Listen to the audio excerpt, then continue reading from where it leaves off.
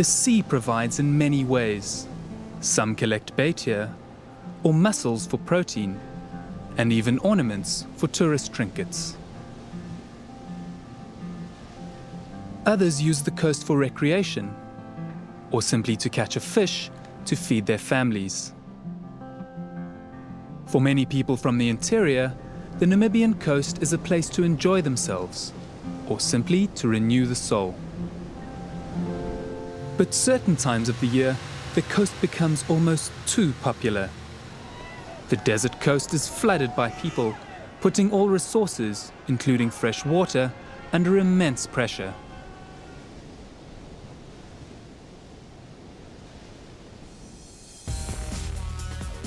It's a coast of many uses and different activities, from dune boarding to something much noisier. Loved by some, quad biking has become a controversial activity due to the noise they make and the tracks they leave. The desert environment is extremely sensitive, and thoughtless and unregulated behavior will leave marks on the landscape, like scars on a human face. Other sports, such as paragliding, can be gentle as the afternoon breeze, while kitesurfing on the rough seas is reserved for the most daring and fearless. One thing is for sure, all Namibians love their coast, and most want to see it used right and not used up.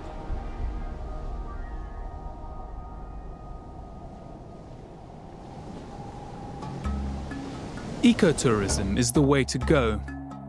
Where else can one admire such a variety of creatures at close range?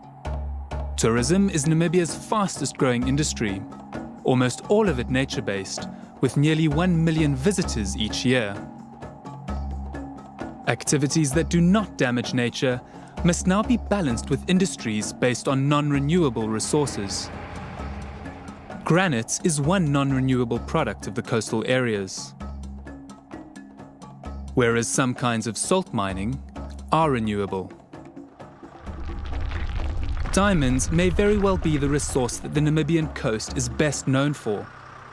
But now, the land-based part of the industry is in sharp decline, the bulk of the riches exported to distant lands.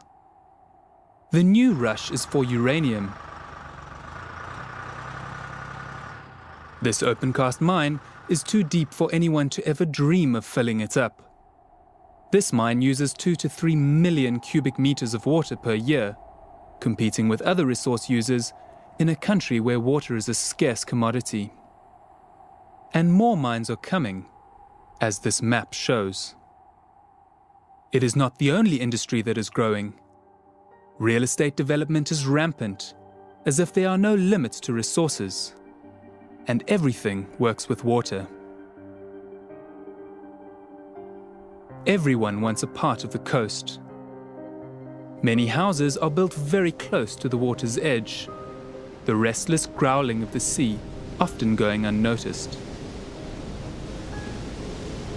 Coastal erosion has now become a real danger, mostly due to the ignorance of those who ignore global climate change and sea level rise.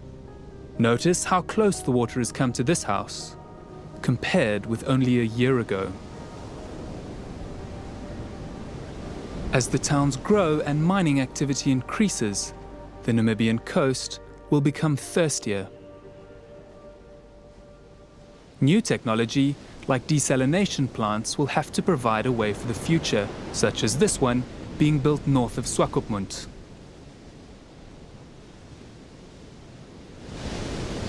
Walvis Bay is where a large part of the fishing industry is based. The species with the highest commercial value are hake, sardines, horse mackerel, and tuna.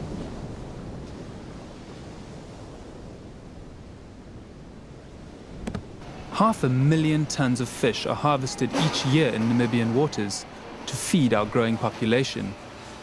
Even so, over 90% is exported, bringing in valuable foreign revenue. But after rigor mortis takes place. Unfortunately, Although marine resources are renewable, overexploitation has often driven fishing stocks to dangerously low levels in the past. Another casualty of overexploitation was the southern right whale that became extinct in Namibian waters.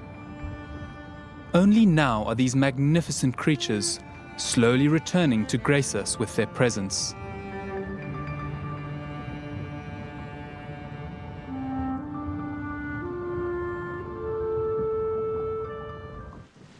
The ports put even more pressure on the coast.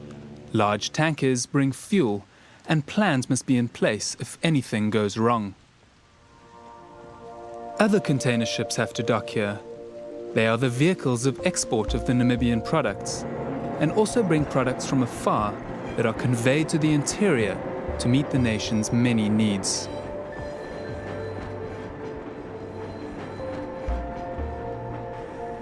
In spite of development, large parts of the coast have remained relatively pristine.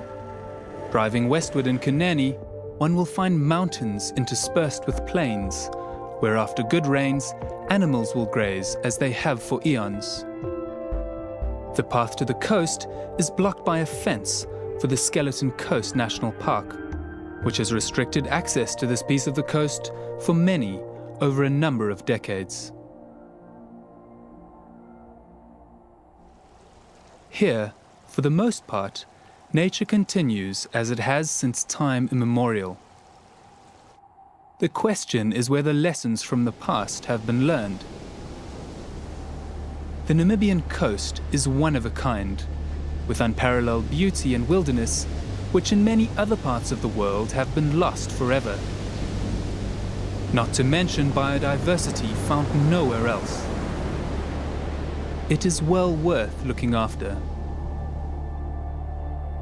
As a major step forward, the entire coastal area, except for the big towns, will soon form one large national park, the longest in the world. It will also include marine protected areas where seabirds can be safe from the dangers that threaten them. But these are parks with a new mission: to protect nature, but at the same time unlock opportunities that will help sustain those that live along the coast, as well as bring much needed national revenue through tourism. This, then, is the strategy followed by one country in Africa, a continent where natural resources are decreasing and the beauty of nature is slowly but surely corroding. Only the future will tell if this egg will hatch, to make a dream come true of a coast where at last balance between conservation and development was achieved. Only if this can happen will Namibia's coastal areas be used wisely, in order for the present generation to be sustained without jeopardizing the chances of future generations to meet their own needs. Ours is a coast for all Namibians. If we look after it, it will look after us.